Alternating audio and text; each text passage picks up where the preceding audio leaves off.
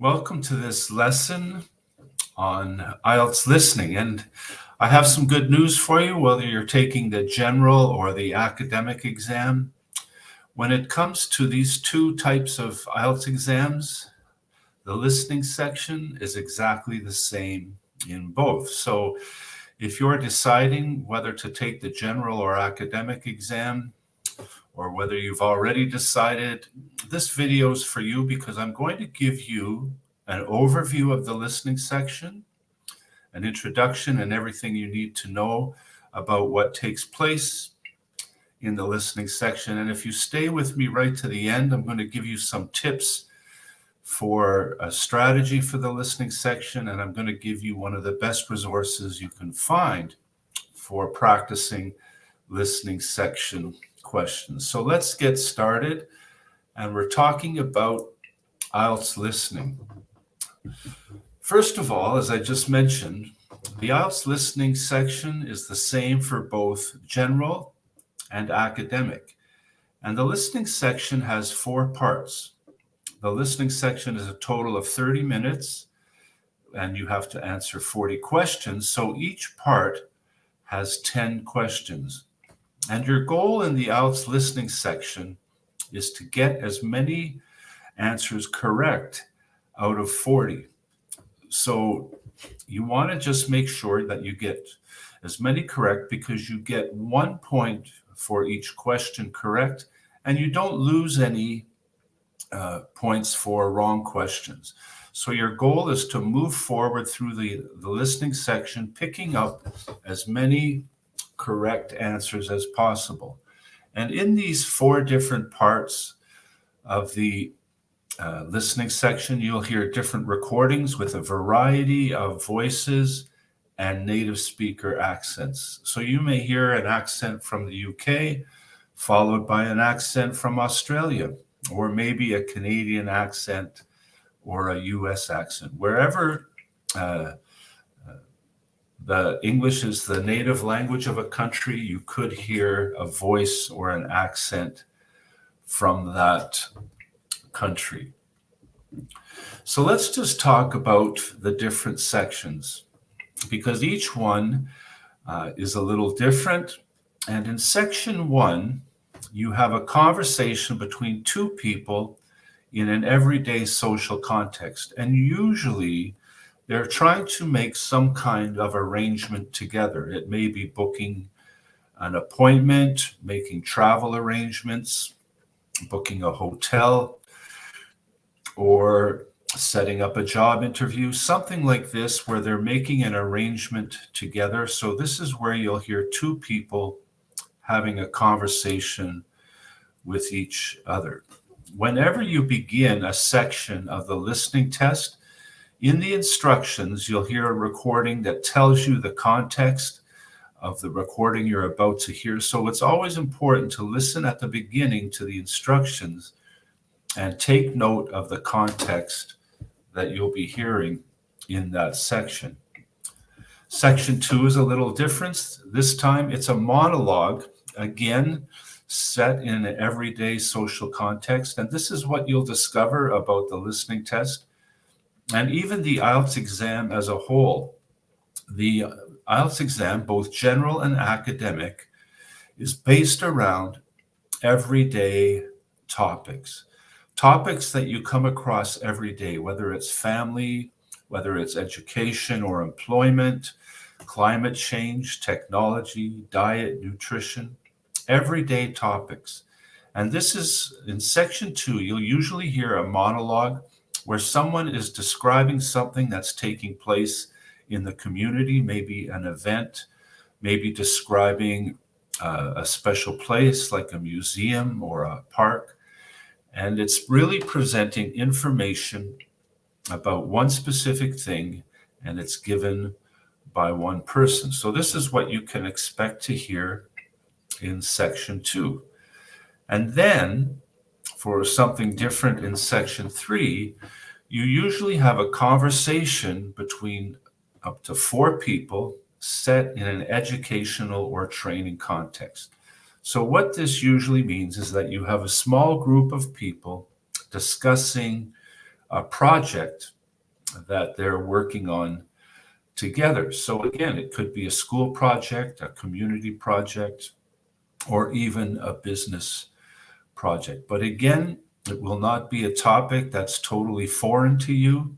It will be something that you're familiar with, and you will be able to manage just fine in section 3. So one other thing that I'd like to add here is that when you're listening to these situations in IELTS, for example, this group working on a project together, it's probably going to be something that you've experienced in your own life, and you'll understand the context. And this is so important and to realize, because there won't be anything that you need prior knowledge of. There won't be any special vocabulary that you need to know. These are everyday conversations, very similar to something that you've probably heard before.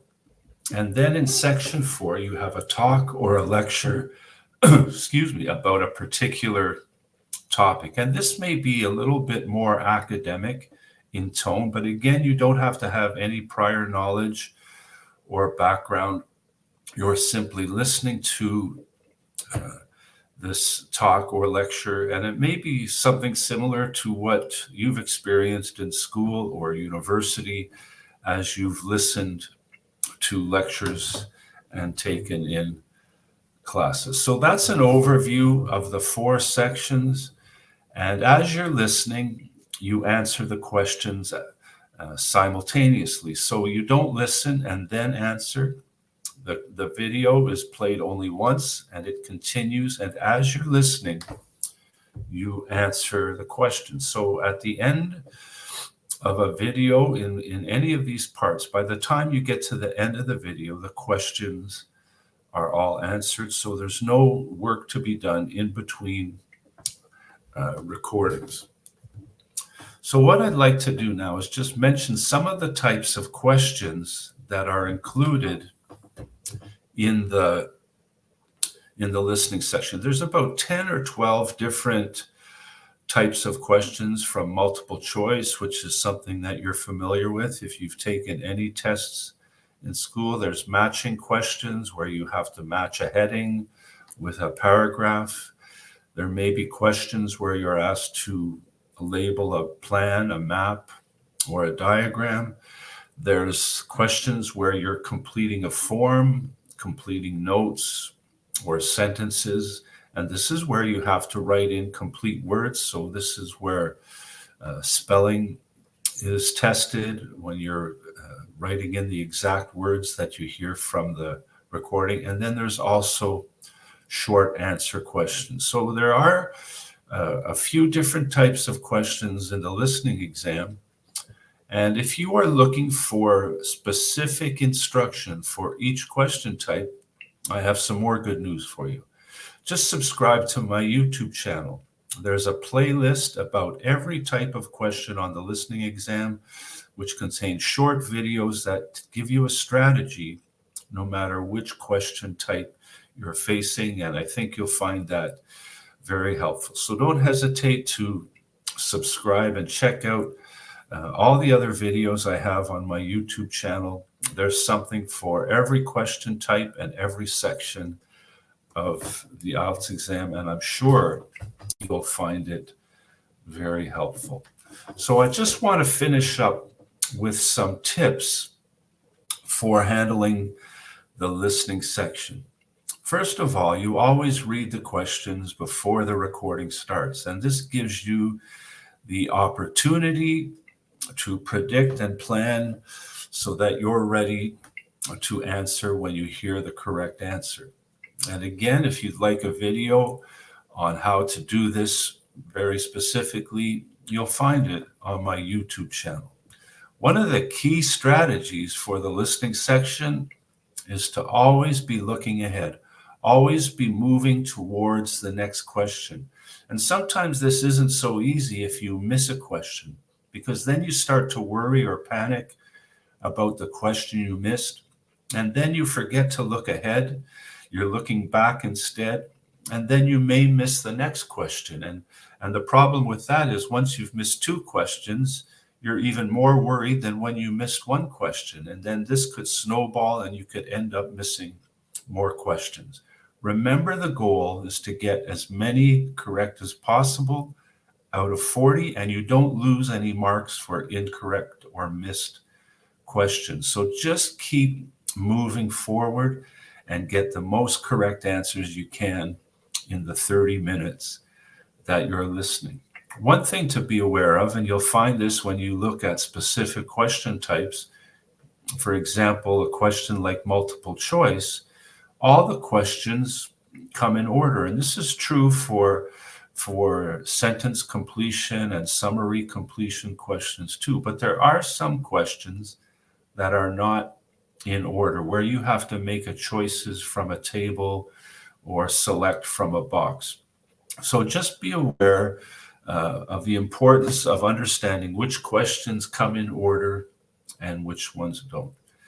And probably the most important tip that I would give for the listening section is to be aware of what your task is for each question. So this means reading the instructions carefully, but also listening to the instructions. Paying attention to the instructions is probably the most important tip I can give you for any part of the IELTS exam. And in the listening section, you're given instructions that you can read, and you're also given instructions to listen to. And in part one of the listening section, you're even given an example so that you can understand how the listening section works. But I can't state this enough. Reading the instructions. For example, are you allowed to use one word or two words? This can make a big difference in getting the score you need, not only in the listening section, but the entire IELTS exam. And one other thing when it comes to your English language ability, just be aware and try to have a good understanding of synonyms and paraphrasing. Because you may have a sentence to complete in the listening section, and you do have to write in an exact word from the recording, but the other words surrounding that gap that you have to fill may only be a paraphrase or synonyms, different words that mean the same thing, but they will be different. And it's a good thing to be aware of synonyms and paraphrasing when it comes to the listening exam.